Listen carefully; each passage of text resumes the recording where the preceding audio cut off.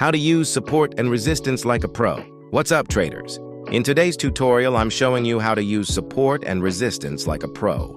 Support and resistance are the foundation of technical analysis. If you understand them, you'll instantly improve your timing on entries, exits, and stop-loss placement. I'll walk you through real examples on Tesla and NVIDIA so you can see exactly how to apply this in today's market. What is support and resistance? First, the basics. Support is a price level where buyers step in and stop the stock from falling. Think of it as the floor. Resistance is the opposite, a level where sellers come in and stop price from rising. Think of it as the ceiling. Markets move like a ball bouncing between floors and ceilings. Until one breaks, the stock stays in that zone. Once it breaks, the old ceiling often becomes the new floor and vice versa. Real example, Tesla, TSLA.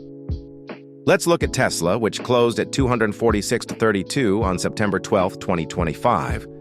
On the chart, there's strong support around $240. Every time Tesla dipped into that zone in the last 2 weeks, buyers stepped in. Resistance is sitting around $255, $257. Tesla tried to break that area multiple times, but sellers pushed it back down. So right now, Tesla is range-bound between $240 and $257. As a trader, I'd plan buy near $240 with a stop below $237. Take profit near $255, $257. That's using support and resistance like a roadmap. Real example, NVIDIA, NVDA. Now let's check NVIDIA, which closed at $121.56 on September 12, 2025. NVIDIA has been trending higher, but recently it found resistance around 125. Price tested it twice and couldn't break. Support is sitting around 115. Buyers have defended that level since late August. So NVDA's chart shows a higher trend, but the $125 ceiling is holding for now. Here's how I'd trade it. If NVDA bounces off $115 again, that's a strong buy zone. If it breaks $125 with big volume, that resistance becomes new support. And I'd target $130, $135 next. Key principle. Flip levels 1 pro level tip. Support and resistance often flip roles. When resistance breaks, it often turns into support. When support breaks, it often turns into resistance. For example, look back at Apple in August. $230 was resistance for weeks. Once it broke through in early September, that same $230 became support. That's why charting is so powerful. These levels don't just disappear, they evolve. How to spot the strongest levels.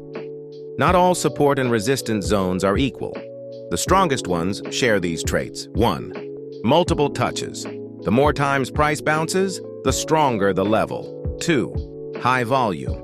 Big orders placed there mean strong interest. Time frame alignment. Levels that show up on daily and weekly charts are more important than intraday noise. For example, Tesla's $240 support isn't random.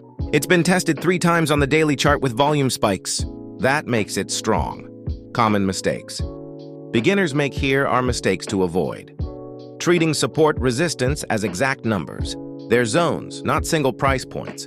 Tesla's $240 support really means $238, $242 ignoring context. If the trend is down, support is more likely to break.